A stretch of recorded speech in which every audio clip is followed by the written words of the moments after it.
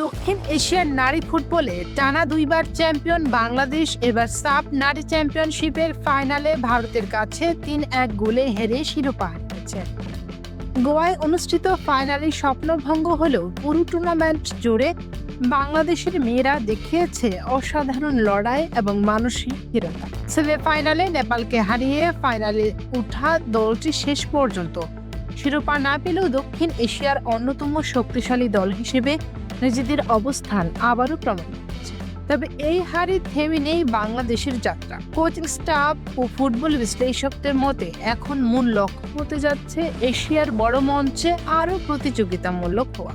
গত কয়েক বছরে সাফ অঞ্চলে আধিপত্য প্রতিষ্ঠার পর বাংলাদেশের মেয়েরা এখন আন্তর্জাতিক র্যাঙ্কিং উন্নয়ন শক্তিশালী ও প্রতিপক্ষের বিপক্ষে প্রস্তুতি ম্যাচ এবং বড় টুর্নামেন্টকে ভালো ফল করার পরিকল্পনা নিয়ে এগোচ্ছে।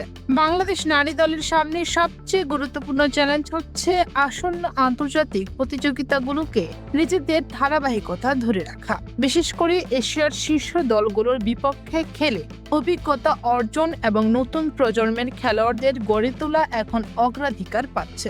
দেশের ফুটবল কর্তাদের লক্ষ্য সাফের সাফল্যকে ভিত্তি করে বাংলাদেশকে আরো বড় মঞ্চে প্রতিষ্ঠিত করা। এদিকে এই টুর্নামেন্টেও বাংলাদেশের ইতিবাচক দিক ছিল অনেক। গ্রুপ পর্বে ধাক্কা কাটিয়ে সেমিফাইনালে নেপালের বিপক্ষে দারুণ প্রত্যাবর্তন এবং ফাইনালের লড়াইয়ের মানসিকতা প্রমাণ করেছে যে এই দল এখনো দক্ষিণ এশিয়ার অন্যতম সেরা শক্তি।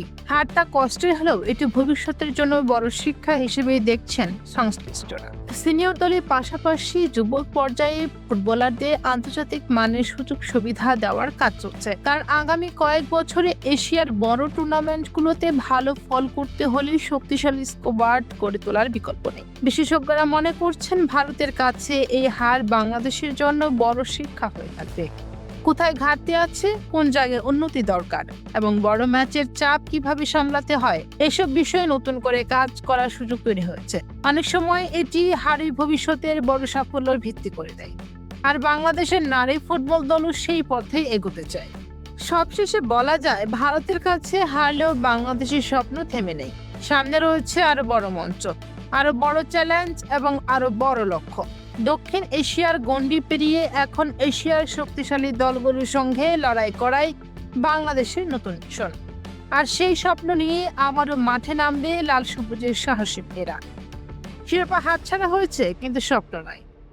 ভারতের কাছে হার বাংলাদেশের শেষ নয়, বরং আরো বড় যুদ্ধে প্রস্তুতির